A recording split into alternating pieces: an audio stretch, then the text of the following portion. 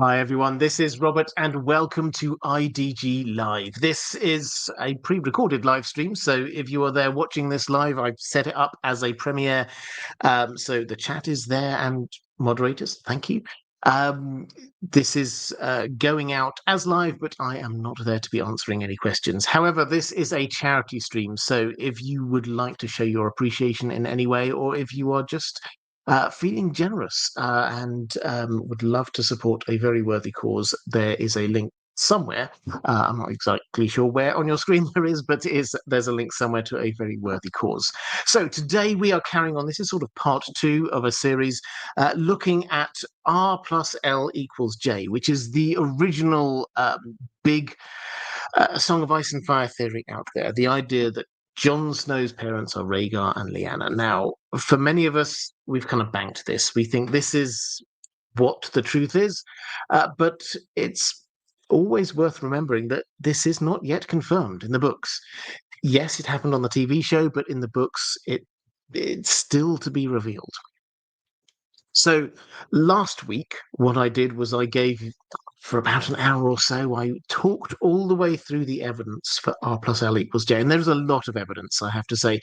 And my overall conclusion was that the mountain of evidence we have for this is so big that in the absence of any other new evidence, that seems to be by far the most likely conclusion that we can reach to what actually is going on here. Maybe, small chance, maybe something else is going on, but we just don't have that information yet. We don't have enough going on that we can say this is an alternative. We're now at a point where we can say beyond reasonable doubt, based on what we have, R+L = J is true. But that does not mean that we don't have questions. That doesn't mean that there's not the possibility things could change if we get new information. So what we're doing today is we're going through questions from my patrons. I asked for questions about anything really to do with this. Questions about the theory, questions about alternate theories, and that's what we're going to do today. Is we're just going to break them down one after another, and we will start with a question from Catherine Fursith saying, "Hi Robert, I wonder what would happen if the end of the rebellion had the same outcome, Robert winning, Rhaegar dead, but with Lyanna surviving with the child and Robert finding out and finding them. What would he have done then?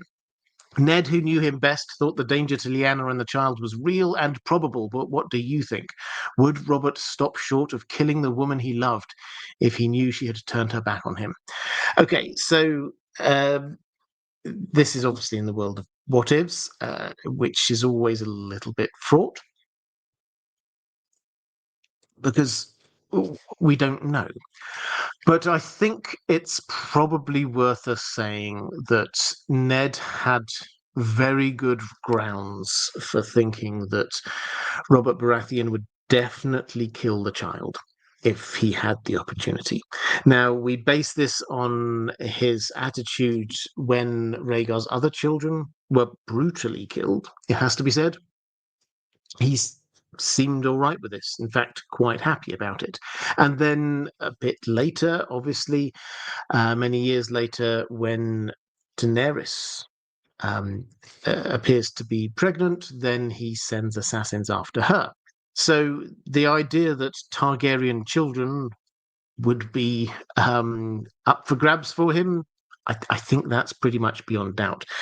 The second question, though, is that how would he react to Lyanna if he knew that Lyanna had rejected him and gone with someone else? Well, I mean, it's hard to say because we don't ever meet the younger Robert Baratheon, but I don't think he would have taken it well. At the very least, we're talking exile here, and I don't think she would have taken the killing of her child easily, and I suspect she would have put up a fight, and I think it would have ended rather tragically. So I can't see a way in which the two of them would have survived had Robert Baratheon found out. Lorelei Dragon, if you are correct about the Horn of Winter raising an army of dead Starks, I think you are, thank you, that will mean that Lyanna is raised to fight at her son's side for the final battle. There's something poetic about that, I think. Okay, so this is, for those who don't know, this is, I mean, it's not just my theory, but it's something that I've been convinced of for quite some time, which is that the statues of the Stark Lords in the Winterfell crypts, they will come to life at some point. They will be animated. I think the most likely candidate for this is when the Horn of Winter is sounded, and they will come to life to fulfill an ancient pact to fight against the others. That I did a whole series of videos on that if you're interested in it, but that's the theory. The question, therefore, is, as Lyanna's got a statue there, does that mean she's going to join this fight? And I think the answer is we don't know.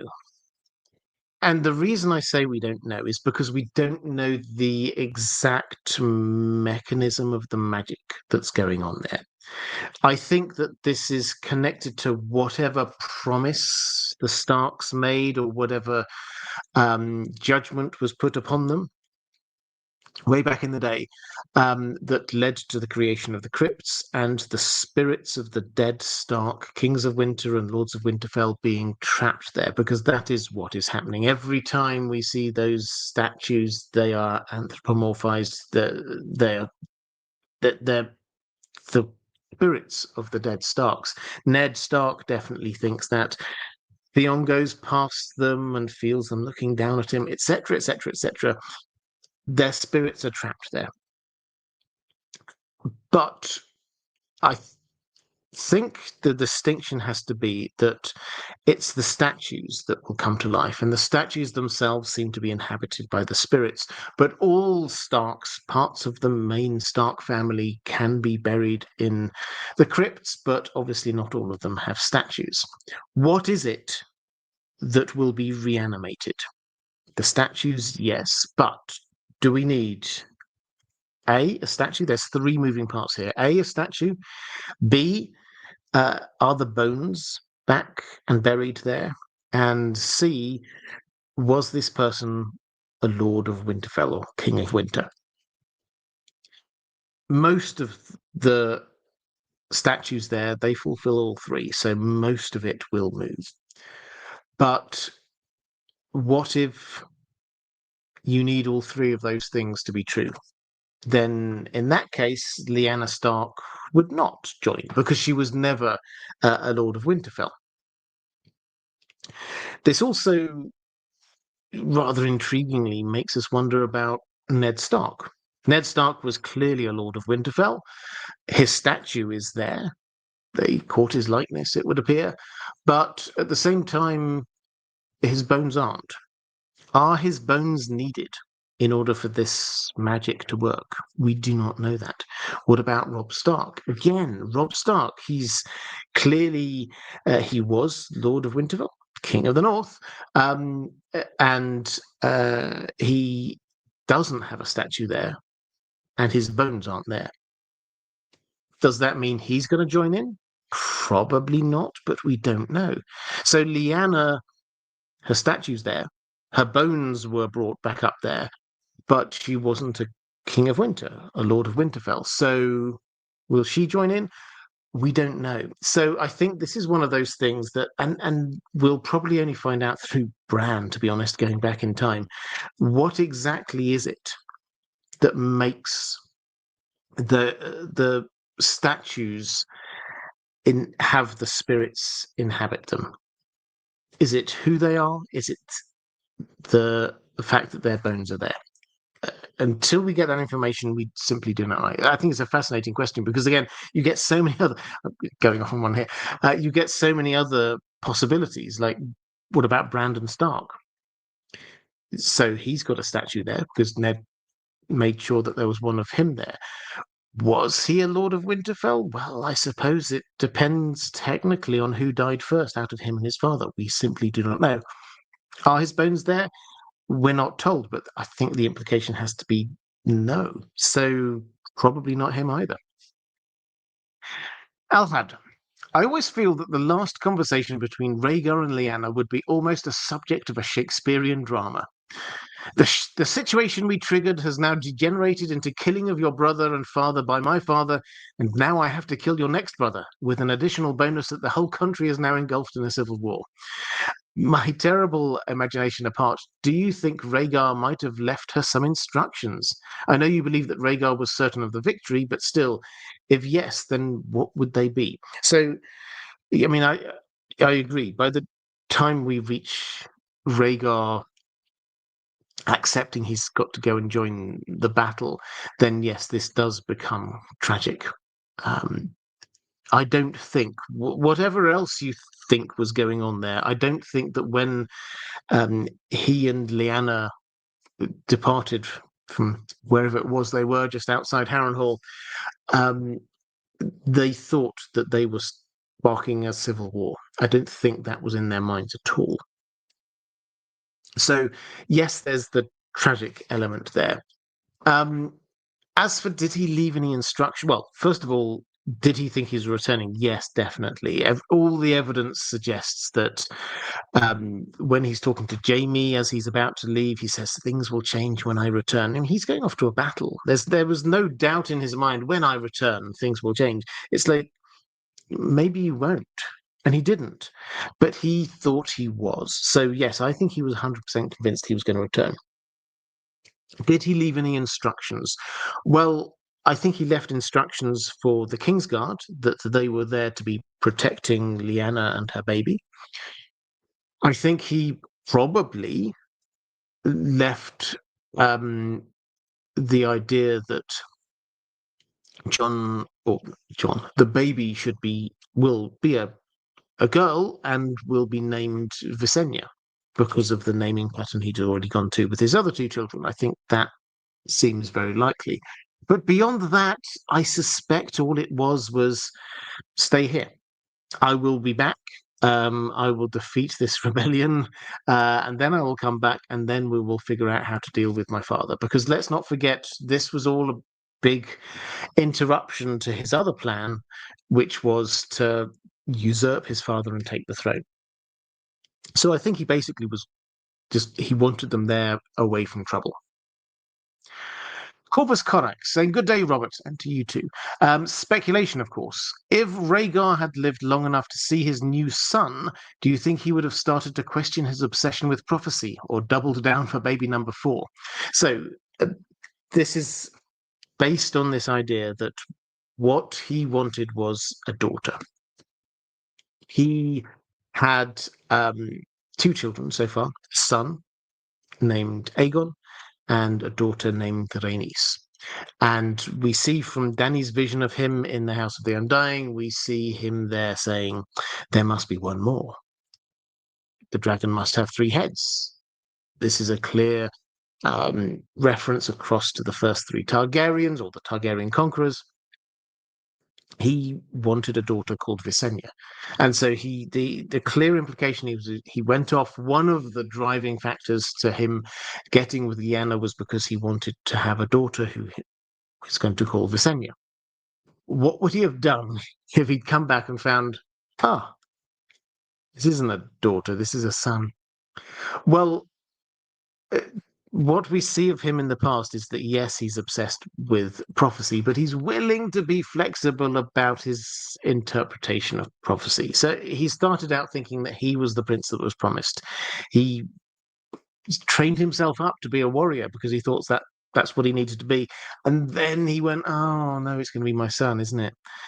And so he kind of shifted his interpretation and understanding of what that meant. I think that he would have done the same here. He would have thought, oh, the dragon must have 3 heads. That must mean we have to recreate the original Targaryens. I suspect if he'd got a son, he would have gone, okay, so maybe it doesn't have to be 2 daughters and 1 son. Maybe it's 2 sons and 1 daughter. And I suspect that he would have then gone for the name Viserys rather than Visenya. Yes, he already had a brother, Viserys, but I suspect that he would have decided that this takes precedence. Hermione. Rhaegar and Lyanna might have been impulsive in running off together, but surely they must have realized that if they had sent word explaining the situation, their families, at least Lyanna's, might have had a chance of accepting it, or at least acknowledging it. Do you think they sent letters or riders? If so, what do you think happened to them? One fan theory I've heard is that Littlefinger somehow intercepted the message in the Riverlands. Chaos is a ladder, after all. Okay, so I will use this first of all as the opportunity to say I think Littlefinger was involved in this, but not there. I think let's tell the whole story from Littlefinger's perspective. Littlefinger was being fostered at Riverrun, and he had a thing about Cat, and Cat was going to be marrying Brandon Stark. And he challenged Brandon Stark to a duel. This was stupid. Brandon Stark was basically a full-grown man by this point, and a good fighter. Littlefinger was not, and Brandon basically beat him to a pulp. And the decision was made. Hoster Tully made the decision. He's got to go. This Littlefinger guy, he's got to go. I'll let him recover, then give him a horse and send him back to the Fingers where he came from. And that's what happens. And Littlefinger heads out from Riverrun along the road eastwards. This is just so you've got your bearings on this. This is after the tourney at Harrenhal, but still before when there was going to be the wedding between Brandon and Cat. He heads off east, probably quite slowly. He's down, and he's injured. He's not heading anywhere too fast. And probably he gets as far as the inn at the crossroads. And the crossroads, remember, this is, we talk about this inn a lot because it is the inn at the crossroads at the centre of the country. You can go north to Winterfell, you can go south to King's Landing, you can go west to Riverrun, you can go east to the Eyrie. So he reached the crossroads, but by this point, winter had set in. This was the year of the false spring, remember? So there had been what people thought was spring, but then winter came back with a vengeance. Now, he will have known that in order to get into the Vale, the one route was to be heading sort of up through the Mountains of the Moon, which was dangerous and impassable when it snowed. So he probably will have had to pause at the inn of the crossroads. He will have had to pause firstly because he will need to have hired some people to go with him because it was quite dangerous because of all the hill tribes going on there. And secondly, because it was starting to snow. And nobody really knew what was happening because they thought it was spring, but now it's snowing again. Does this mean that it would be impassable? A lot of uncertainty there. He almost certainly will have paused. So he's headed off east, ended up at the inn at the crossroads. Not Robert Baratheon. Brandon Stark, we're told, decided to head off after this. And we're not told he was going after Littlefinger, but there's nothing else that he could possibly have been doing. He was quite hot-headed. He went with a few of his friends and chased after Littlefinger. Now, we're told in a separate narrative that not too far from Harrenhal, that's where Rhaegar met up with Lyanna and they headed off. Now, not too far from Harrenhal is the inn at the crossroads. I think there's a fair chance that it was somewhere around there that happened, and Littlefinger noticed it. He will have known what Rhaegar looked like, he will have known what Lyanna looked like, and he saw it. Shortly after which, in comes Brandon. You can imagine the scene, pushing him up against the wall, about to dole out a little bit more damage to this guy who basically Brandon will have seen it as an insult. somebody who thought he could take Brandon's bride-to-be away from him. And Littlefinger will have thought quickly. There's an echo of this when Ned pushes him up against a wall, incidentally. He will have thought quickly, how do I get my way out of this? What is it that will make Brandon abandon me and go somewhere else? The thing which would is, I saw your sister being kidnapped by Rhaegar Targaryen. This, he knows, will trigger things. He's seen how Brandon reacted, the tourney at Harrenhal, when Rhaegar offered that crown of winter roses to her. Clearly, Rhaegar wants Lyanna, and now here is proof that he's just taken her for himself. Brandon heads off and thinks that Rhaegar must have gone back to King's Landing. He hadn't, but he thinks he did, and charges down, and that's the thing that starts the war. Which is intriguing because we have been looking for something which caused Littlefinger to get this idea that chaos is a ladder, because that nobody knew what was going to happen there. He sent off Brandon. He knew something bad was going to happen. Sent off Brandon in a hot anger down to King's Landing, and a whole war erupted off the back of it. And off the back of that war, Littlefinger managed to get himself to a position of being in charge of customs at Gulltown, a huge promotion, which in turn allowed him to get the job in King's Landing. So he will have taken the lesson from all of this that chaos works. Chaos is a ladder for me. You just create chaos and then trust yourself, back yourself to make better use of it than everyone else. So I think Littlefinger was involved, but not in stopping communications from Lyanna and Rhaegar.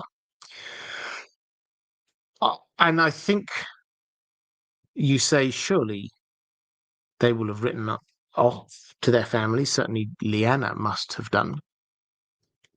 And I think my answer to that is, yeah, I think she did. I think that she probably wrote up to Winterfell because that's home. And what she said, I don't know. But maybe she was explaining a few things here and there. But it almost certainly will have arrived after her father had left. And so the only person who was there was Benjen, which means that Benjen knew what was going on, which partly explains why he might have felt a little bit guilty about all of this. And she was also very close to Benjen, so that also kind of makes sense. But I think the biggest thing you have to remember here is the passage of time.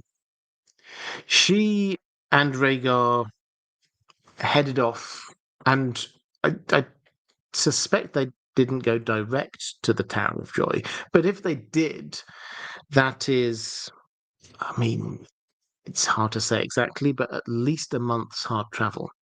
Probably 6 weeks. Overground, they're staying away from the King's Road. They're traveling over fields and along dirt tracks and things like that. They're not moving fast. That route probably is at least a month, probably 6 weeks. And they probably, for most of that time, won't have been in contact with what was going on in the wider world. So they won't know that after they left, 2 weeks after they left, Brandon turned up at King's Landing, demanding Rhaegar.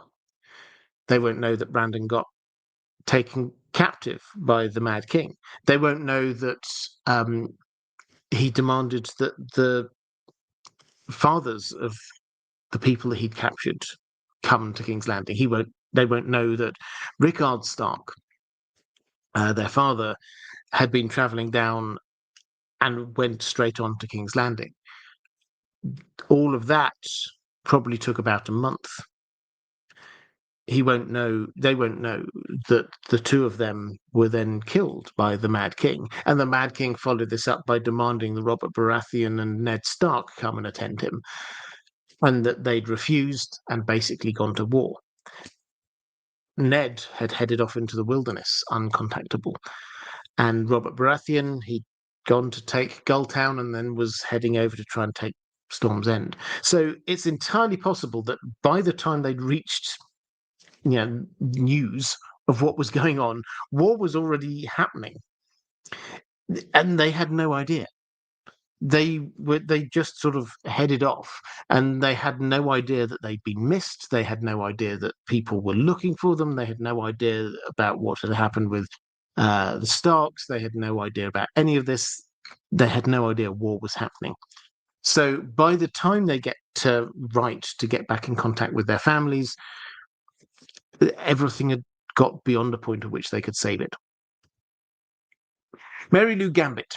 I can't help but feeling that the author mayhaps will wriggle away from R+L=J. He has all sorts of deceit available: twins, baby swaps, fake deaths, and new lives, etc. So I think he will mix it up because of the urge to flip the bird at Dan and Dave, the showrunners, for stopping at the first twisty equation and being all chuffed. So will George R. R. Martin change this or anything else because of what happened with Game of Thrones? Personally, I think not. And I think that for two reasons. Firstly, because I don't think George R. R. Martin thinks that his original, or what he was planning, was bad. I think he thinks it's good. And he just thinks that the way that Dan and Dave, the showrunners, did it did not work. He's a big fan of talking about all these toxic butterflies, and you make decisions in early seasons of a TV show, and by later seasons, then they've exploded out to be big issues.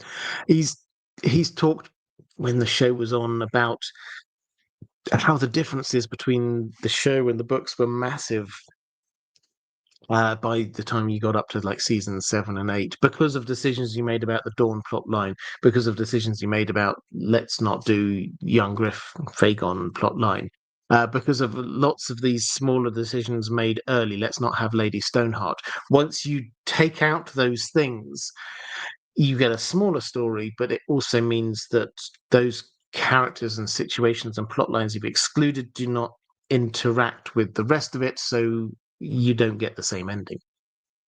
I think George R. R. Martin thinks that his ending is going to be good because it's got all of these elements. So I think that's the first thing. And the second thing is, although he often plays up this idea of him being a gardener writer, that he's kind of like wandering through this garden and just seeing where the path goes and planting a few flowers here and a hedgerow there. There's an element of that, obviously, but he's also been quite clear that he has known from very early on the fates of the main characters, the big beats of this story, where this is ending. That I don't think he's going to change. I don't think he feels there's a need to change this. And I also fundamentally don't think that he wants to lower himself to a position where he can be artistically reacting against a TV show when he sees himself as the writer of this. And the TV show might have gone off and done a different thing, but he's the writer of the story. He's in charge of the story, not them. So I think my instinct is no. Maybe he might tweak a couple of things. I mean, he's only human. He watched the TV show. He would have seen some things, and maybe he's reacted to them and got, oh, actually, that didn't work as well as I thought it would have done. But on the main, no, I don't think so. Jojo Action. My question is, why didn't Lyanna tell anyone? I don't mean right away. I mean after her brother and dad were burned alive, or even after the first battles were fought. Why didn't Lyanna send a raven to Ned, clarifying a few things? Yes, the rebellion was set in motion, and the North couldn't stay out of it, even if they wanted to. I still think Lyanna would have wanted to set the record straight for her family, at least. To me, it feels a lot like this is a plot device, so there can be this big mystery. Well, I understand why you might think that. But my feeling is that she did. She did tell her brother what was going on. And that if you just think for one moment, okay, maybe she has, as I said just a moment ago, maybe they've gone off grid for a little while, and when they've emerged back up, and this seems to be the case, when they've emerged back and got there's everything's burning around us. We can't stop the civil war now. Then still she would have sent something up to Winterfell. Ned, by that point, he himself will have gone off grid. He's working his way back up to Winterfell. He has to call the banners, etc., etc. I feel sure that she would have sent him something. Do not forget that Ned knew where to go for the Tower of Joy. At the end of all of this, once he'd finished all of his fighting, he gathered a few loyal people to him and he went straight to the Tower of Joy. There wasn't any deviation, there wasn't any guesswork. He knew where he was going. So he got that information from somewhere. Maybe he got it from Howland Reed, maybe he got it from someone else. Maybe Lyanna told him where she was and said, when this is finished, come and find me. So I think she did tell him. And I think that this just adds to the tragedy of it. Because imagine if Ned knows. He knows that this is all, I mean, to say it's all a misunderstanding is probably underplaying it a bit, but he sees that this could have been stopped and it wasn't. But it's too late now. This is going on. So he thinks, all right, well, we're in open rebellion now. This has to be dealt with. I have to bring my forces down, or I'm abandoning my friends and everything will be lost. So he takes his forces down south, but he thinks, okay, maybe I'll just gauge things with Robert Baratheon, see what happens. It's his best friend. He meets up with him, and Robert Baratheon is around that point deciding he wants to be king. This is no longer just we're fighting a rebellion because we think there's a bad king. We're trying to save ourselves. This was Robert Baratheon saying, you know what? I want to be king. And you know what? I want to kill all the Targaryens. And what if Lyanna has written to Ned and said, here I am. I'm pregnant with Rhaegar's child. By the time you find me, I'll probably have got that baby. Ned, you can feel the conflict within him is like, well, what do I do? I have to, I mean, we have to get rid of the Mad King. That's the thing. That cannot carry on. He's murdered my father. He's murdered my brother. He will kill everybody else I care about. We have to get rid of that threat. So that thing has to happen. But as soon as possible after that, I'm going to go to Lyanna and try and see what's going on and try and sort this out. And you can just imagine that that's weighing on him all the way through this. This isn't any longer just a fight for survival. This is Robert Baratheon wanting to be king and wanting to be the most powerful person in the land. Stephen saying, hi, Robert and Dan. I have two questions. If Rhaegar and Lyanna were married, could they have been wed by a rite of the old gods? This might have been Lyanna's preference and a way to get around the whole bigamy issue. If so, where might they have wed and who would officiate? Perhaps somewhere in the Riverlands like High Heart or Oldstones or even Harrenhal. I presume the Isle of Faces was off limits. Well, a couple of things on that. Firstly, is a wedding in the way of the old gods was counted as a legal wedding in the Seven Kingdoms. So this wasn't a way around the bigamy thing. This wasn't so you did get married to that woman over there under that faith, but you can marry me under this faith. That's not how it worked. So yes, the Targaryens often played or several times played the, well, I can marry more than one person card, but I suspect that wasn't really for Lyanna. And so the bigamy thing couldn't have worked. Could they have been legally married in front of a Hart Street? Well, yes, absolutely. They could in sort of under the worship of the old gods, and I think people would have understood that. For that, you don't need to have a you're doing it in front of the heart tree. The heart tree is the embodiment of the gods, so you don't need to have a septon or anything like that along the way. You probably should have some witnesses, but you could just do it in front of the tree yourself. Where is available? Harrenhal obviously is. Um, uh, Old Stones, High Harch. There's plenty of places. If you look in that sort of upper Riverlands area, there's this kind of crescent of places where worship of the old gods is still very prevalent. And there are a number of sites that they could have chosen. I have to say, though, and I'll get onto this, I think, in answer to your second question, my instinct is that they probably didn't get married straight away. That wasn't an immediate thing. We'll meet up, we'll get married, boom, done. Which means that they probably traveled a little way first, which means they probably traveled away from most of the heart trees. So it's more likely to me that they got married through the Faith of the Seven. Was Rhaegar aware of the Pact of Ice and Fire? Could he have used it as a justification for the marriage to honor a pact or promise that had been left unfulfilled? Well, yeah, he will have been aware of it. The Pact of Ice and Fire. This is the agreement in the Dance of the Dragons between Jacaerys and Cregan Stark that Cregan's son would marry Jacaerys' firstborn daughter. And let's not forget that this is entirely sort of a House of the Dragon thing, I guess. But this was not just like you can marry my daughter kind of thing. This was potentially wedding the Starks into the Iron Throne itself, because Jacaerys was heir to the Iron Throne, firstborn of Rhaenyra. But the grounds by which he would have been king, had he ever been king, was because a woman, the eldest born child, regardless of gender, inherited. Which means that if he'd offered his firstborn daughter, there was a 50-50 chance that his firstborn daughter was his firstborn child, which means that that's his heir.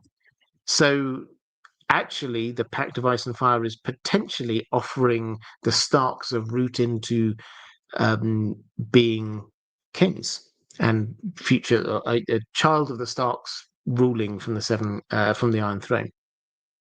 So, would Rhaegar have been aware of this? Yeah, I'm sure he would have been aware of it. There's nothing really that we see going through history after that period that suggests that the Starks ever, or the Targaryens ever thought, this is a promise we need to keep. This is an important one. It seems to have been a thing that was promised in the middle of a war, and then people died and it didn't happen. And it's like, okay, let's move on. So I don't think, although yes, it kind of makes thematic and foreshadowing sense to us, I don't think for them this was this has to happen kind of thing. Crida, hi Robert, I've been watching all of your videos on the main channel for a while. Thank you. I recently started listening back to a lot of your live streams as well, so I decided to join your Patreon to support the great work you do and join in the fun over here. Well, thank you very much. I hugely appreciate it, and it does give me the opportunity to say, patrons, thank you. I hugely appreciate your support. That's why I'm framing these around your questions. If you do want to support the channel, the best way is always through Patreon. There's a link somewhere.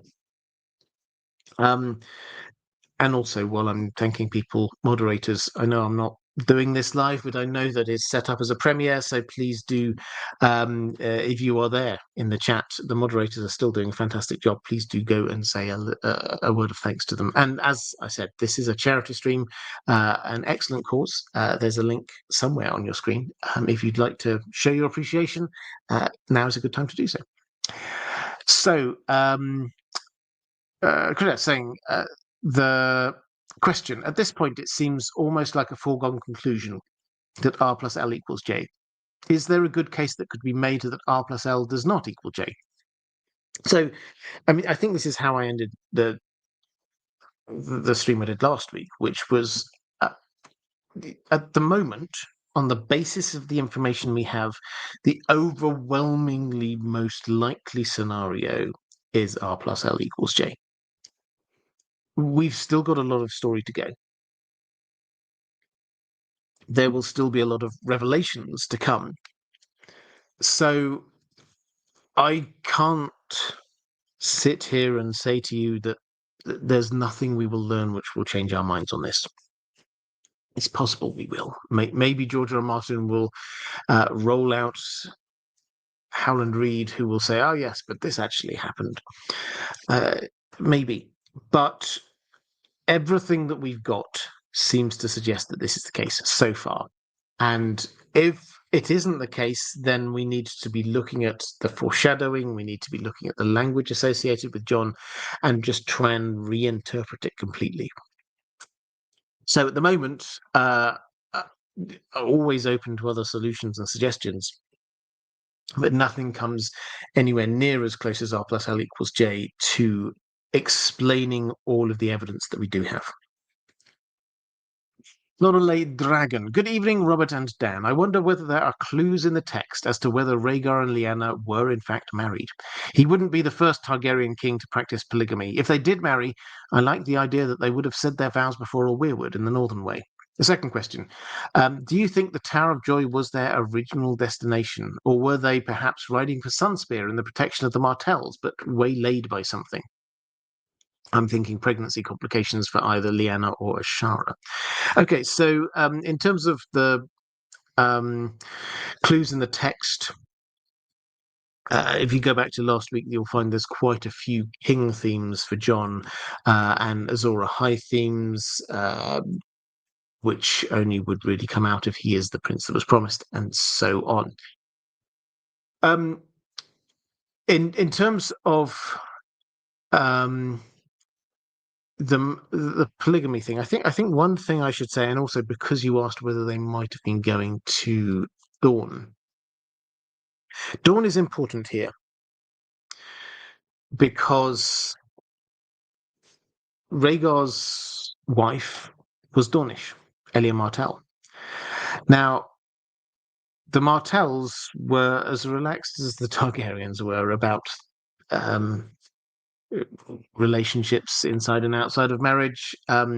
They were really quite chill. That was not an issue for them. But I suspect they would have felt very strongly about the fact that Elia's children were very clearly Rhaegar's first children, and therefore Aegon was the heir to the throne. And pardon me, sorry. So the line of succession in their mind was clear. Now, I've said before, I think Lyanna probably wouldn't have wanted to have a polygamous marriage, simply because of the attitude that we see towards Robert Baratheon. When she's there saying, Robert Baratheon, I've seen what he's like. He's not going to change when he's married. And I think that she will have needed some convincing that Rhaegar, who's there already married, and then says, "Hey, should we get married as well?" I think that would be sending a few alarm bells ringing for her. So I think that she will have wanted his old marriage dealt with. And his old marriage, as far as we can tell, they seem to really care about each other. But it was a political marriage. It was a hastily arranged marriage, and there's no indication that this was a great meeting of loves. So the question is, would the Martells have agreed to a divorce if they could get guarantees to make sure that Aegon was still next in line? And I think that's possible. But I think that that would have to be a discussion that would have to be had. Now, the fact that they went to Dawn seems to imply that they thought that Dawn were in some way on side here. Dawn were not the enemies. Dawn did not hate this. Dawn were very aware. We talk about the Tower of Joy as being this great secret. This was a watchtower on the Prince's Pass. This was the Prince's Pass is the main thoroughfare that goes between Dawn and the rest of the Seven Kingdoms. This was a time of war. there was a family, House Fowler, that was dedicated to keeping an eye on the Prince's Pass.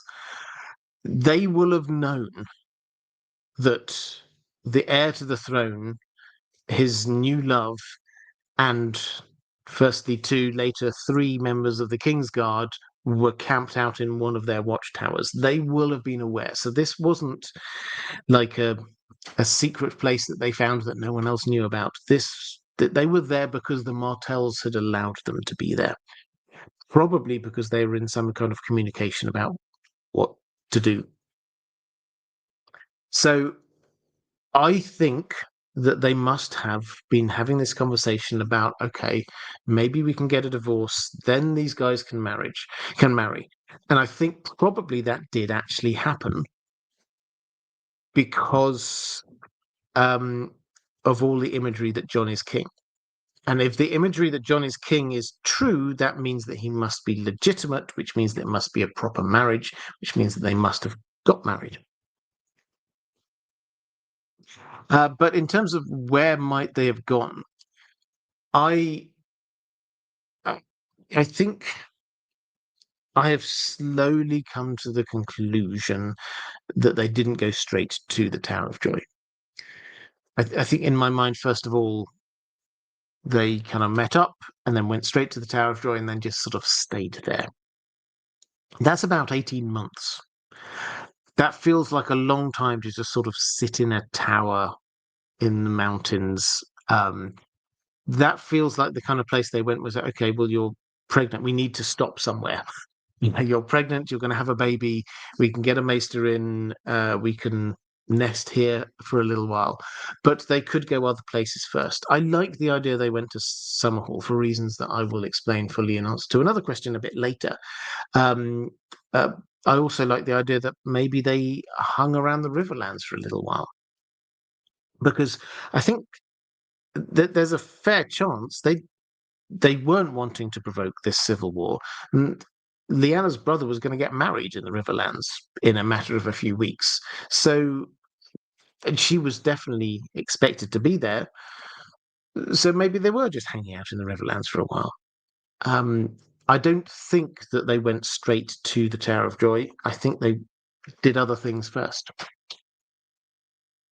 So, Sir Steve the O. Not a question. Over the years, we're left to fill in the blanks. I'd like to think the song that made Lyanna cry at Harrenhal was the Song of Ice and Fire that Rhaegar had put to verse. Perhaps she had some form of Starkish dreams or premonition about the pending dangers out of the north, and the song confirmed it for her. Maybe a certain stage play will reveal all. Right, so now we're starting to get, I think, into the kind of like the deeper weeds of this because I like this kind of stuff. I will say openly, I think the thing which is always, I wouldn't say it's bothered me about R+L=J, but it's like there's another thing that we don't know going on here. Yes, I absolutely get the idea that at the tourney at Harrenhal, Lyanna was the Knight of the Laughing Tree. Rhaegar hunted them down. They had a few moments when it was just them. He was really impressed with her and what she's done. I can even buy into them falling in love there during the tourney.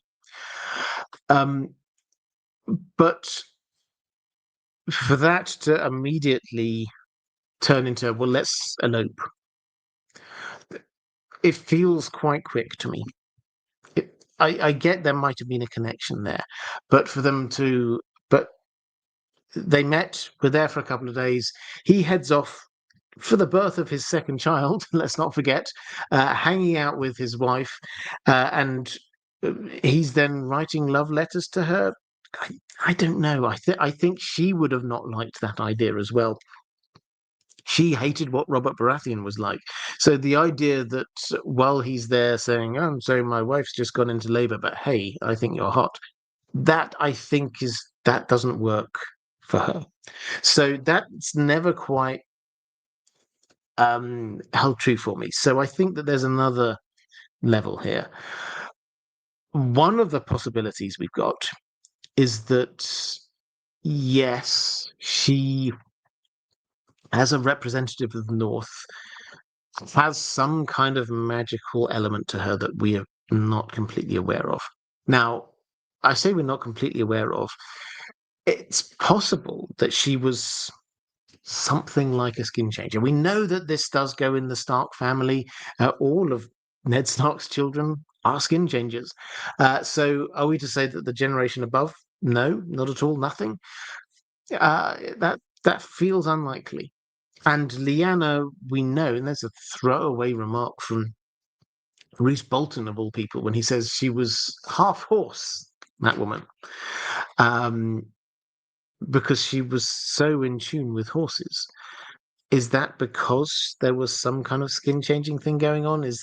Did she connect with horses? Is this why she was so good at um, uh, being a tournament knight? Because of her affinity with horses? It's entirely possible. And if with that she had some kind of green sight or something which allowed her to understand a little bit of the prophecy of what was going on, is that why when he starts talking about prophecy, she just really engages with that? I think I like the idea. We don't know yet. We simply do not know. Um, but it's entirely possible that there's something along those lines going on. And when you say maybe a certain stage play will reveal all, this is the Iron Throne stage play, which we've been promised for a while. Apparently, that it is pretty much written. They haven't yet chosen a theatre. It's going to be debuting in London, we're told. I think not this year, next year. Uh, what we know is that this is based in the tourney on the tourney at Harrenhal, and so we will surely get some extra information here. At the very least, we will learn a bit more about the characters, and we might well learn. It would not surprise me if we learn that Lyanna has some innate connection with horses. Yes, dog. Assuming Jon is being regularly drawn into the Winterfell crypts for a reason, that's his dreams, where these are regular all the way through the story. He has dreams about walking into the Winterfell crypts. And that reason is to confirm his R+L=J parentage. What do you think the odds are that the item left in or near Lyanna's tomb is a dragon egg? Personally, if there is an item down there effectively confirming R+L=J, I think a dragon egg might make the most sense, as it would be small enough for Ned to smuggle in without raising any suspicions, compared to, say, a harp. And a dragon egg would be more indisputable compared to, say, a signet ring, which could be written off as an imitation or forgery. In particular, the dragon egg might be especially impactful later on when Jon and Dany eventually meet, as Dany has her own history with dragon eggs. Also, if Jon's real name is Aegon, then the egg would directly represent his true self or heritage. Okay, so this is the theory that in the Winterfell crypts, probably in Lyanna's grave somewhere, is secreted some evidence of Jon's heritage. Now, we have no evidence of this. It has to be said. It's just a thing that seems nice. What kind of points to it is the fact that Jon does have these dreams where he is going into the Winterfell crypts, and he is drawn there to discover something. But while he's there, then the, the statues are basically telling him he's not welcome. He doesn't have a place there, which kind of works, obviously, because he is half Targaryen. For me, I think the basic point here is the statue of his mother. It would not surprise me if one of the things that Lyanna made Ned promise, and she made him promise a number of things. Don't forget, the promises that he made her. Ned thinks of promises not kept. There's a number of promises there. It would not surprise me if one of the promises was to make a statue of her, so that her son, in due time, when he discovers his heritage, can see her. That I find that quite emotional. I think that's a beautiful thing. And it explains why Ned made those statues. So, um, that I think is the main reason. But the question then is there any evidence there? Because it's all very well Howland Reed appearing and saying, "Oh, you'll never guess what, John. You'll never guess who your mother was." Or Bran saying, "So I just had a vision, and in that vision, I went back in time and I saw who your parents are." Would those things be convincing the wider world? Probably not. What they need is something stronger. Now, I have thought about this, and as much as I like this idea that there is a bit of evidence down there, you have to say, first of all, this would mean them opening her grave, which I suspect they wouldn't want to do. And secondly, I think that any of the bits of evidence that might be there, they might work for John. He might go, "Wow, here's my father's harp. Now I get it." Or it's a dragon egg. Of course. They might work for him. They might work for a few other people around there. But if you were to try to explain to some random other lord, oh yeah, how do you know that this person is the secret child of Rhaegar Targaryen? Oh yes, because in Lyanna's tomb we found a harp. That doesn't feel like strong evidence to me. I think strong evidence is marriage certificates and things like that. So as much as I like the idea, and I think yes, an egg does work well on many layers. I know you were asking about the egg in particular.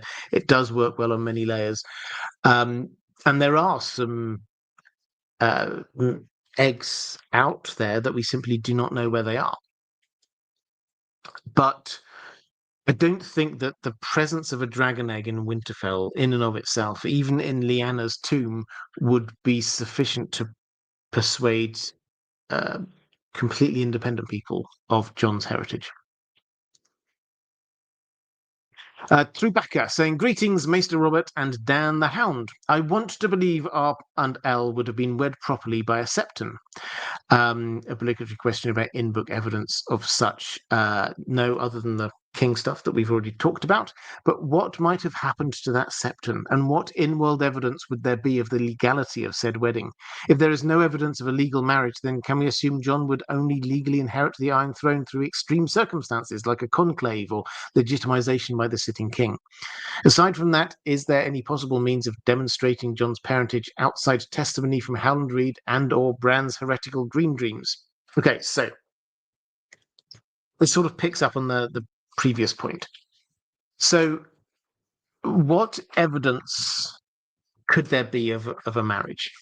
And I think I'm with you, by the way, that I think a marriage would take place not immediately, but later. And if it did take place in Dawn, then I think we're talking about septons. And if they're at the Tower of Joy when this happens, which is entirely possible, then I think we're talking probably the septon that's from House Dane, who we do not know anything about, but would be quite an important character. But bits of evidence. Their marriages, particularly royal marriages like that, would have to have some kind of record. And also, a royal divorce, as I think would have to happen with Elia, would also require something. And George R. R. Martin, when answering a completely different question about Sansa and Tyrion, did basically say, yeah, this is High Septon who needs to do this. So these things would have had to be done by correspondence, and they would have to be written and recorded on pieces of paper. And where would those pieces of paper go? Probably to either the Great Sept or to Old Town. Now, I'm always wary of saying, well, this happened in the show, therefore it must happen in the books. But what happened in the show was that what Sam learned down in Old Town was he saw the wedding certificate, basically. So I wouldn't put it past Sam or some other character to discover this, and this to be the legal basis, as far as everyone's concerned, for so R+L does equal J. And why does this have to be written down? Because of what we said earlier about the Martells. I think the Martells would be cool with the idea of Rhaegar having a lover, with the idea of Rhaegar remarrying, as long as they could be sure that their person retained the first place in the line of succession. And I think that they would need to make sure something was written down for that to happen. Jojo Action followed this up by saying, if Jon is legitimized by a king like Robb, based on the assumption that he is Ned's bastard, what happens once it turns out he is actually Rhaegar's bastard in the no secret marriage scenario? Would the legitimization still be valid? Would Jon remain Jon Stark, based on being Jon's nephew at least? Or would he automatically turn into Jon Targaryen? Or would he become a bastard again and turn into Jon Waters? Good thing is in the Night's Watch, family names don't mean much. Okay, so this is all a matter of perspective and who thinks what. So Jon has been legitimized. He just doesn't know it yet.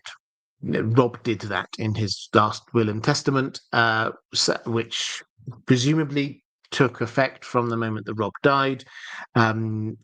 Jon is legitimized by the king, and he is made Lord of Winterfell. So that has already happened, which makes Jon Stark.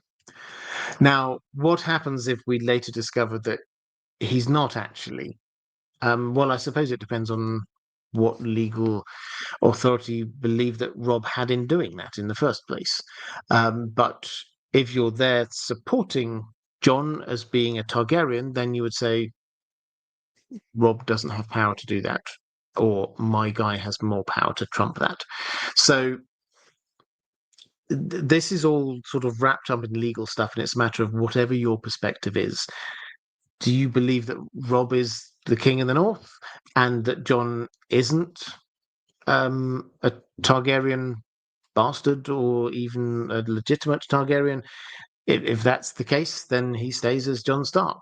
So, or the other way around. So that's the thing. It's a matter of perspective, but even more importantly, it's who has the power and who wants to push Jon. I suspect that Jon, even when he discovers, as he will at some point, that there's a fair to middling chance that he could claim the Iron Throne, he probably doesn't want to claim the Iron Throne. So all of this matters. The legal stuff matters less in this world than it does in ours. In ours, we could say, okay, so this is the clear line of succession. Let's make sure that we all agree on what's happening there. There, whoever's got the power, they're in charge of it. Robert Baratheon claimed the Iron Throne through right of conquest, but also they kind of rewrote. The Maesters came up with some weird justification about, but he is part Targaryen if you go back 3 generations. So you can find these things out, but that's because he was the winner. If he'd lost, he was just going to be the usurper and he had no claim on the throne. But because he won, that's when everyone could come in behind him and say, yeah, absolutely, he's the next in line. Magfrost 13. Hi, Robert. I wanted to ask about the year of the false spring and the winter that followed. It seems to me taken for granted in the fandom that the spring was unnatural and the winter that followed was natural, or perhaps harsher than usual as a consequence of the unnatural spring. But what is the evidence for this? Is it just as compatible with the evidence we have that it was in fact a natural spring followed by an unnatural winter? And is it possible that this winter coincided with the return of the others? As an additional question, could you please clarify the timing of when the winter started? Was it months after the tourney, weeks, days? What were the important players doing between the tourney and the start of winter? So quite a few questions there, but the year of the full spring, 281. There'd been winter for a couple of years. In the south, at least, it had not been too harsh a winter, as far as we can tell. But things had started to melt, the grass had started to grow, everyone had started to go, oh, so I think winter's finishing, I think spring's coming. The Maesters had not yet sent out the White Ravens to say the season has changed. So they hadn't confirmed from their mind that it had changed, but everyone thought, oh, spring's in the air, and it's been a long time, hasn't it? And in that gap, that's when the tourney at Harrenhal happened. Now, what I'll do is I'll read the section from the World of Ice and Fire from after that, so that you can hear the sort of the timing, so to speak. The full spring of 281 AC lasted less than 2 turns, so 2 months. As the year drew to a close, winter returned to Westeros with a vengeance. On the last day of the year, snow began to fall upon King's Landing, and a thin crust of ice formed atop the Blackwater Rush. The snowfall continued off and on for the best part of a fortnight, by which time the Blackwater was hard frozen, and icicles draped the roofs and gutters of every tower in the city. As cold winds hammered the city, King Aerys II turned to his pyromancers, charging them to drive the winter off with their magics. Huge green fires burned along the walls of the Red Keep for a moon's turn. Prince Rhaegar was not in the city to observe them, however, nor could he be found in Dragonstone with Princess Elia and their young son Aegon. With the coming of the new year, the Crown Prince had taken to the road with half a dozen of his closest friends and confidants on a journey that would ultimately lead him back to the Riverlands. Now, I'm not going to major on this one, but this is a sentence I think is underreported, that he set off on the road with half a dozen of his closest friends and confidants, so not just his 2 members of his Kingsguard, but others, on a journey that would ultimately lead him back to the Riverlands, which seems to, and that is, a long journey. Do they mean here back to the Riverlands ultimately because of the Battle of the Trident, or are they saying they went to other places before going to the Riverlands to pick up Lyanna? It's not 100% clear, but what is clear is that this was a long journey with half a dozen people. And so we can guess who those half a dozen people are, but George R. Martin is leaving it a little bit open to speculation. But anyway, an underreported sentence, I think. In answer to your question, therefore, so the full spring itself only seems to have lasted for a couple of months. The build up to this, so people started feeling winter was at an end. It was warming up. Spring would soon be here. That's the point at which the tourney got announced. Then we have the 2-month period where it's all beautiful and sunshine and everything else, including the tourney. And then as people headed out after that, a few weeks after that, that's when the winter kicked in. And the winter was very heavy for, again, a month, 6 weeks, something along those lines. So on that basis, what it was, the spring natural and then the winter that came afterwards unnatural, or was the spring unnatural and the winter natural? My instinct, and I think the instinct of many people in the fandom, is that this feels like someone created a window of what felt like spring when there otherwise wouldn't have been, in order to allow for the tourney at Harrenhal to happen. Who has got the ability to do that? Well, perhaps the Weirwood Network and Bloodraven and people like that. That would take huge magic spells. And they've got a clear motivation for doing it. Could it be the other way round? That actually this is just winter, bam, has happened, and it's that's the bit that's weird, is that everything was going to go to spring, but suddenly winter came in. it's possible. I think, could this be when the others returned? The implication, I think, from Crasta is that they'd been around for a little while before that. But I do think that, particularly in the light of what we hear about the Song of Ice and Fire and the like, and the prophecy from House of the Dragon, if the Targaryens do believe, or this prophecy passed down through Targaryen generations does believe, that the prince that was promised is there to protect against a threat coming from the north, a cold, harsh winter, that almost certainly was what jolted Rhaegar into action. Yeah, he thought he needed a third child, but this happened very quickly. His second child was born, and then literally within a few weeks or months, he's charging off trying to find the mother of a third child. So that the thing that was happening was winter had fallen. So instinctively, although we do not have the full evidence on this, I completely agree. Instinctively, it's the spring that was false, as they say, and then once that bit of magic had faded, then winter came back with a bit of a vengeance. But those who were looking for prophecy thought, this is winter coming again. They did not think of the year of full spring. They thought of it as the year when winter suddenly, unexpectedly appeared again. But you're asking where the key players were between the tourney and the start of winter. Well, as a very sort of quick rundown, the Tullys went back to Riverrun, obviously, and Littlefinger was with them, and so was Brandon Stark. He was due to be marrying Catelyn Tully at Riverrun, and so he was sort of hanging around there after the tourney, and that's where the confrontation with Littlefinger happened, and so on.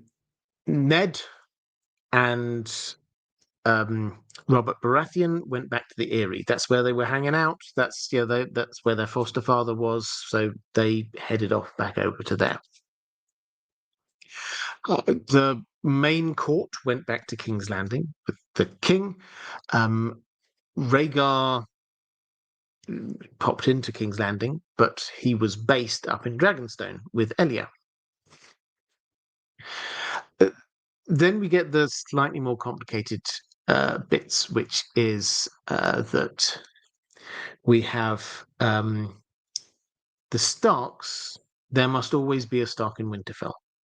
So whereas Rickard sent all 4 of his children down south to take part in or observe the tourney at Harrenhal, he stayed up in Winterfell. He wanted to travel down for the wedding of his firstborn son, but couldn't leave Winterfell until a Stark came up. So Benjen, the youngest, after Harrenhal left and went north and did this kind of tag team for his father, and his father then went south towards Riverrun for the wedding. Which leaves us wondering about Lyanna, because we're not told specifically where she was.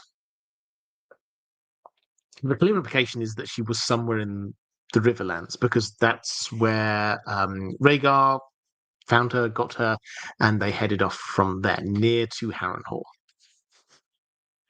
So where might she be? Well, not at Riverrun. We're not told she was at Riverrun.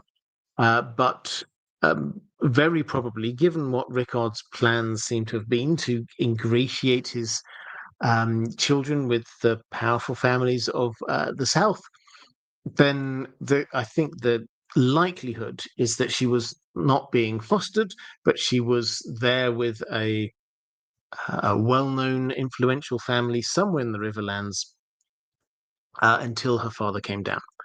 So where might that be? There could be any one of a number of different possibilities. Personally, it makes sense to me that she actually stayed at Harrenhal, partly because it was close to Harrenhal where she met up with Rhaegar, and partly because the Wents at the time were an influential family. And Harrenhal, everyone knew, was the biggest and most impressive castle in the land, even with it being half burnt down. So if I had to guess, she was at Harrenhal, but almost certainly she was somewhere in the Riverlands. Ghost Dog. Hi, Robert. Hope all is well. Would love your thoughts on Lady Gwyn's theory that Rhaegar absconding away with Lyanna was less prophecy obsession and more a noble rescue. In broad strokes, Varys learns that Lyanna was the Knight of the Laughing Tree and proceeds to tell Aerys. Aerys, believing the Knight of the Laughing Tree was part of the plot to usurp him, sends riders to seize Lyanna. Rhaegar, learning of this and knowing what his father is capable of, then rides out himself to intercept Lyanna before his father's men do, ushering her away to safety, and the two ultimately fall in love while on the run. Personally, I think this is a sort of ironic tragedy. Rhaegar trying to prevent a civil war with the Starks, but accidentally creating one anyway. That's much more in line with George R. R. Martin's writing compared to Rhaegar simply being prophecy obsessed, and that being the core motivation for running away with Lyanna. Well, for those who don't know Lady Gwyn, she's half of Radio Westeros, a friend of the channel here. She's been on a few years ago, but she's been on several times and is an incredibly insightful member of the community. So, I thank you for sending the link through. I haven't had a chance to read through all of it, but I'll tell you a thing that I do like, which, as I said earlier, I've always been slightly uncertain about this idea that they were in love, they fell in love at the tourney at Harrenhal, and then Rhaegar just raced back and they eloped together. That doesn't quite hang together for me. So I like this idea of there's another reason. It's not just them saying we must run away together and marry and have children. There are other layers to this. And so what I really like is this idea that they fell in love after that. After they'd met up and they went off somewhere, that's when they fell in love. Probably the initial spark and attraction was there at the tourney at Harrenhal, but it's only later that they actually did fall in love. I don't think we need the idea that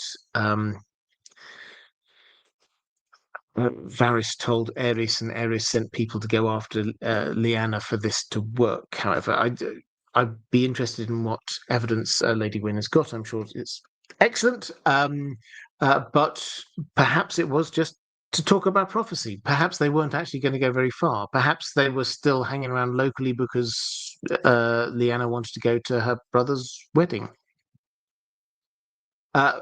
Whichever way it goes, I definitely like the idea that they met up, fell in love over the next while, and sort of went off grid because they know it would be misinterpreted. But they thought they could get away with it because why not? Who would even know? James Perkins, given that Rhaegar was passionately obsessed with prophecy and seemed not to have qualms about sharing this obsession with others he was close with, Arthur Dane, Elia Martell, Maester Aemon, etc. Do you think he will have discussed with Lyanna the prophetic implications of their union? Do you think he had enough time before the whole of the Stormlands fell into chaos to take Lyanna to Summerhall? What level of buy-in do you think Lyanna, or for that matter his other companions like Arthur and Elia, will have had to any of Rhaegar's prophetic inclinations? Were they convinced of what he was trying to do, or will it have been more like they were indulging a passionate hobby? Well, I think House Dane is very much engaged with this. They are a fascinating house. George R. Martin doesn't want to tell us their house words because they would be a bit spoilery, but if we're talking about the War for the Dawn, the Battle for the Dawn, then they've got Sword Dawn, the Sword of the Morning, that's so connected in with ending the long night. So I suspect that the Danes were absolutely 100% on board. Maester Aemon, obviously, he talked to him about prophecy and stuff, and he was fascinated at least an academic level. And I like the idea that Lyanna engaged with this intellectually, not just like, oh, it's the prince, he's amazing. I love this. I think it was somebody else who said she cried when she at Harrenhal when he sang his sad song. Is that because it was the Song of Ice and Fire, and she understood a little bit of that? That's very possible to me. Might the others have been indulging Rhaegar's passionate hobby? I mean, maybe some were. There's a lot of characters. The party of him and six. Who is it? I mean, Arthur Dane, Oswald Went, definitely. Um, uh, two squires, potentially. Um, Ashara Dane seems likely. Maybe one other. We don't know. Um, were they all 100% on board with the prophecy? It seems unlikely. But if Rhaegar was a charismatic leader and they followed him. Ryan's Orcas saying, "Hi, Robert. I see comments around claiming that Lyanna didn't want Robert, but then supposedly ran off with a married man. This makes her a hypocrite, a kidnapped victim, or not John's mother. Personally, I believe R+L equals J. Lyanna saw Robert as a womanizer and a drunk. I think she fell in love with Rhaegar at Harrenhal. But did they get married? Is there anything in the books that points to John being the legitimate and rightful heir, despite Mormont's Crow saying king, and Rhaegar leaving his three best knights to guard his lady and child? In my opinion, one of the most compelling things is that Lyanna is the only woman with a statue in the crypts. Ned wanted to forget everything about the events, but did this. Why? Was it because she was a royal princess when she died? Um, well, I mean, I've answered quite a lot of this one already in answer to different questions, but I mean, I would say so. Uh, her statue being there, I don't think was anything to do with her being a royal princess. Ned respected tradition in Winterfell, and although he broke a few things there, the crypts were a Stark place, and her place there was not because she was a Targaryen. Her place there was because she was a Stark. So I think for me that doesn't quite work. I think it definitely works with the kind of idea that she wanted John to see her statue when he grew up and learned about it. Um, uh, her running off with a married man. This is a link into Lady Gwyn's thoughts. Is that if when she ran off with him, it wasn't an elopement. This was for some other reason. It was because they were both fascinated by prophecy. It was because they were trying to escape from the Mad King's clutches, then or whatever, and then fell in love. That makes so much more sense, I think. So yes, I think she could have definitely developed feelings for him at Harrenhal, and I think he could definitely have developed feelings for her. But given her very strong stance about Robert Baratheon, the idea that he could have written her love letters and arranged to meet up so that we can run off together while he's there and his wife's in labor or whatever, that doesn't hang together for me. So I like this idea that it was a falling in love after the event rather than the thing that prompted it. Planet Hoth saying, "Hi, I'm from Utah and work as a trim carpenter. I absolutely love all the videos, especially the live stream. I'm constantly listening while I'm at work." Well, thank you. I hope your work is going well. I have a question I wanted to ask. This might be odd, but genuinely curious on why Khal Drogo would marry Dany. What was in it for him, besides the creepy part? Was it common for Dothraki to marry outside their Khal? Was there any trade between him and Illyrio? Is this part of any Dothraki bigger plans? Does it make sense? Well, it absolutely does make sense. Um, why would Khal Drogo want to marry Dany? Well, I think, uh, firstly, she is beautiful as far as we can tell, and what you say, besides the creepy, the creepy reasons are there. She was hot. He looked at her and he wanted her, so that's part of it. Um, another part of it is that I think we shouldn't underestimate the importance that the last dragon riding family would have. This was a coup. This was the last target. She claimed to be the rightful queen of the Seven Kingdoms. This was an important person, and Khal Drogo had to marry an important person. Uh, so I think the second thing is that who would be worthy of Khal Drogo, a Targaryen princess. And the third thing, yeah, I have no doubt Illyrio did bribe them with a lot of money, a dowry, we might call it. But yeah, he made sure this happened. He didn't sort of put out a note to Khal Drogo and say, "Oh, do you want to come and marry this person? She's really nice, I promise." He would have brokered a deal, and if the idea was, and it wasn't like they were very clear about this, it wasn't a deal that if this happens, then you will do that. He would have gifted certain things to Khal Drogo, and in response to this, then Khal Drogo would have married her, and Illyrio is very rich.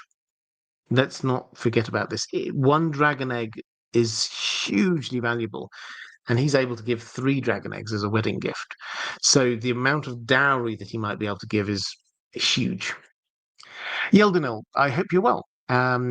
Reading about John, I can sort of tell what he has in common with Lyanna, at least his looks, and probably some character traits that are very Starkish, like stubbornness, a certain kind of wildness, and of course the warging ability. From Ned, he learned to have a strong sense of honor and duty, but do we see any characteristics he may have inherited from Rhaegar? He doesn't sing or play the harp. He also doesn't appear to be particularly into reading histories. He leaves that to Sam, and he seems a tad skeptical towards prophecy, although he's warming up to it.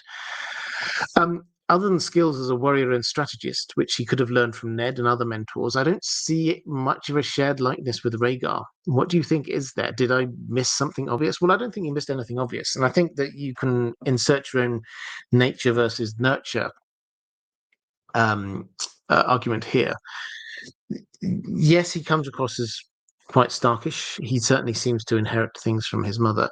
If we're looking for things that he might have inherited from his father, there John undeniably has a charisma, a leadership charisma to him, that Rhaegar definitely also had. He is a natural fighter. Rhaegar seems to have been a very instinctively natural fighter like John, a natural leader. There's a sense of duty that is definitely there that Rhaegar definitely has. I mean, you can put it in a couple of different ways. Rhaegar definitely had a kind of a melancholy to him. We're told this a couple of different times. A sort of introversion. John does have that, but he also has this temper that can just go. One other thing I would probably, and I don't want to sort of emphasize it too much because we have to see where this heads. Rhaegar started out as being very bookish, and then decided he needed to be a fighter. John started out as being very much the fighter, but by the time you get towards the end of book 5, he's there doing research on stuff, reading books that he's been left by Maester Aemon, falling asleep on books. So he's turning more towards the enjoying wanting to read and understand things. Commander Ray, good day, Robert and Dan, and to you too. While Rhaegar was most certainly nowhere near as honourable and morally good as Ned, and even he wasn't perfect, he is painted as a good man by most people who know him. He just had a fatal flaw, an unshakable belief in himself and that destiny was on his side. He definitely wasn't the terrible person Robert claimed or the Saint Barristan claims, but one thing is certain, Lyanna wasn't a damsel in distress. And I wanted to get your take on the dynamics of their relationship and how much Rhaegar likely related to her and what impact they might have had on the story. That might have had on the story, i.e., John being the legitimate heir. Well, we don't get much of their dynamic, those two, it has to be said. So the one thing we do know is that he sang at Harrenhal, which made her cry. Benjen teased her about it, and she poured her wine over him. Pardon me. Uh, but I think the damsel in distress thing is important. I don't think Rhaegar was looking for a damsel in distress. I think he was looking for the mother of Visenya. Visenya was a mighty warrior, and he was looking for somebody who might be the mother, therefore, of a mighty warrior. Who is he? Where is he going to find a fighting woman? Well, he hunts down the Knight of the Laughing Tree, and he finds out the Knight of the Laughing Tree is a woman. So that is, she's not a damsel in distress. She could be the Visenya in that kind of three heads of the dragon idea. So I think that has to have been part of what attracted Rhaegar originally. The fact that he is very different to Robert Baratheon probably also attracted Lyanna. She comes across as not a stupid woman, it has to be said. So there also has to be the element of who could she possibly go to and justify not marrying Robert Baratheon. She's been told she's going to marry Robert Baratheon. And how could she possibly get out of that? One of the very few people she could possibly get with that would protect her from Robert Baratheon's wrath was the Crown Prince. So there has to be an element of that, I think, in there as well. But I do increasingly wonder whether there was a shared love of something like prophecy. There has to be some kind of bonding thing going on there. Ranabir Mitra, salutations, and to you too. What do you think was the relationship between Rhaegar and Lyanna? I've sort of touched on this one already in the last question. On a sliding scale between madly in love to purely strategic or convenience, where do you think their relationship lies based on clues you've seen in the text thus far? I mean, I don't think we've seen many clues in the text, but because we don't see them together all that much. But I like the idea that this grew. I think it started with a respect. And I'm sure some feelings on both sides, but the love grew over time. Secondly, you ask, what is the role that Howland Reed is going to play when it comes to revealing this lineage for Jon in the books? I personally think he will be the one to reveal this to the other characters in the books. What do you think? Yeah, I think he could very much be the one to reveal it. George R. R. Martin has said, he was asked many years ago whether we'll see Howland Reed, and he said, well, we haven't seen him because he knows too much. So he will appear later on. If he will appear and he knows so much, then surely he's going to say some of those things. It wouldn't surprise me if he was a witness to the wedding or something along those lines. I think, yes, he's going to be the one to reveal the truth of what's going on. And I mean, we've got a few different possible angles of where we might find out the truth. Maybe Jon will find something in the crypts. Maybe Bran will go back in time and discover something. Maybe Sam will find something in the Citadel. But the person who knows and would probably say, is Howland Reed. So he is the most obvious starting point for all of this. It's then what evidence is there to back up what he says. And also, it has to be said with Bran's incredibly powerful, but he can see back through time. He will be able to move beyond the trees, but he needs to know where to look. He's got access to all of this lived experience through the Weirwood network. He needs to know where to look and what to look for. So I don't think he's out of nowhere. Pardon me. I don't think he's out of nowhere suddenly going to go, what? I've just realized what's going on with Jon's parentage. Somebody will say something to him and he will go back and sort of confirm it. Rasla, once Lyanna understood the situation of the war, do you think she was prepared that there was a very real possibility that Rhaegar might have to kill her brother Ned if they crossed on the battlefield? And would she have been able to live with that fact moving forward? Well, I think she had to have understood that Rhaegar was going to go into a big battle against Ned's forces. So the possibility was there, but everyone knew Robert Baratheon's strategy in battles, because it wasn't really a strategy so much as he identified who's the leader of the other army, and then he just charged towards him and tried to take him on in single combat. So that is what Rhaegar will have been expecting. And Rhaegar thought he was going to survive, and Rhaegar thought he was going to win. So he probably would have thought, well, I'll kill Robert Baratheon.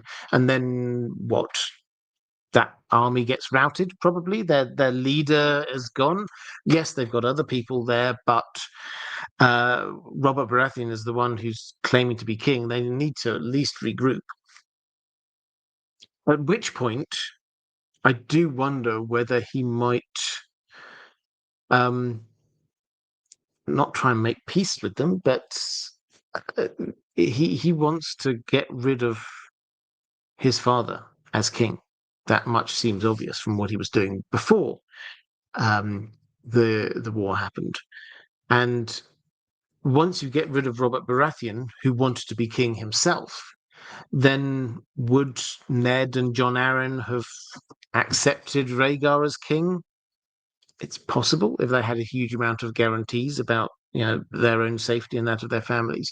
So it wouldn't surprise me if he had at the back of his mind this idea: if I can get rid of Robert Baratheon, I can talk to the others, and I won't have to face Ned. But yes, of course, Lyanna would feel incredibly guilty if that did happen. Rassler saying, "Good day, Robert. I hope you and Dan the dog are well. We are, thank you. Given Brandon's known nature, did Lyanna really not foresee any problem with simply disappearing with another man? And Rhaegar, knowing how unstable his father was, surely he would have had concerns of his own. Did they simply not care, or think there would be only minor repercussions?" So I think that she would not have been aware, obviously, that Brandon was coming towards her. So she would have thought he's still safely in River Run, and so he's not going to find out about anything. She probably thought she was being quite clever and subtle, and so I don't think she really thought about him being an issue. Probably they were thinking, well, she can come back in time for the wedding. So I don't think that would have been in the forefront of her mind. If she'd thought for 1 second, oh, Brandon will find out, then she'll have known, yeah, that'll be an issue.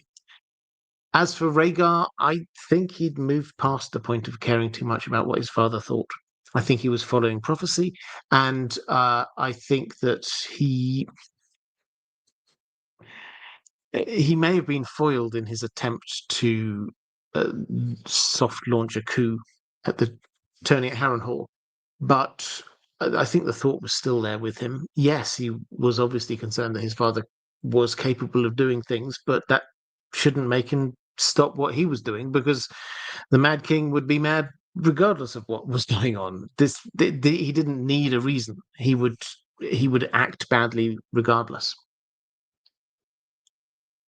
And finally, Jack. Hi, Robert. With R+L=J confirmed by the show and reportedly being the theory that George R. R. Martin asked Dan and Dave about before giving them the green light to do Game of Thrones, do you think the fandom should accept that R+L=J is a fact, not theory, and stop focusing on alternatives such as N+A=J, or are they still beneficial for discussion? Do you think people proposing alternatives are just affected by winds of winter waititis, which I quite like as a word?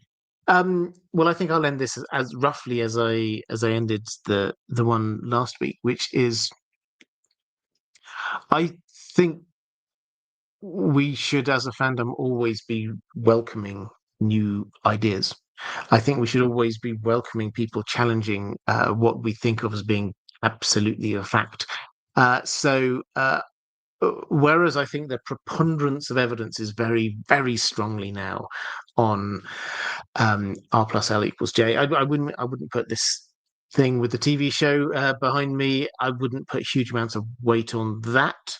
But I think what is in the books makes a very strong and clear case that that's what is going on. But we shouldn't just discard things. If somebody comes in with a new idea, we should have a look at it and we should think about it. So I always want, and if you've got a different thought, let me know down in the comments, because I'd love to. I'll try and pick up on them. If you think there's something in particular, one thing as a sort of a nuance in this, one thing I'd love to know down in the comments is a thing that I've been playing with during this stream is a lot of people have been sort of touching on this idea about so what, did they fall in love straight away? Or maybe there was another reason why they met up. Maybe it wasn't just that they were obsessed with each other and had to elope there and then. Maybe they met up for other reasons, and it's only later, that 18-month period, only during that time that they actually fell in love. That works very well for me, but we do need to have an idea about what that thing might be. Is it, as Lady Gwyn suggests, is it that it was a rescue to try and prevent the Mad King from getting at Lyanna? Is it, as, and I've forgotten who it was, one of the questions was suggesting, is it because Lyanna had some greenseer abilities, or was interested in prophecy, and they met up for those reasons? Either could have some benefits. But let me know what you think on that one down in the comments. Okay. This is a charity stream. I'm doing it as I'm not here to be taking questions live. Then the option is there for you to be donating to an exceptionally good cause. So please do. There's a link somewhere, which will be staying up even if you're not watching this live. The link will still be there afterwards. But patrons, thank you. I can't do this without your support, so thank you very much. Moderators, you've been fantastic. I just know that even though this isn't live, people have been there in the chat, so thank you huge amounts. If you are in the chat, please do show a little bit of love for the moderators. I will be back next week. I'll do a live stream next week. But in the meantime, if you're watching this back a little bit later, there is a link somewhere around here to other live streams that I've done. There's a link somewhere around here to my Patreon page, which is the best place to support this channel if you wish to do so. But that is all for this time. I hope you've enjoyed this two-part exploration of R+L =J. Take care, and I will see you again soon.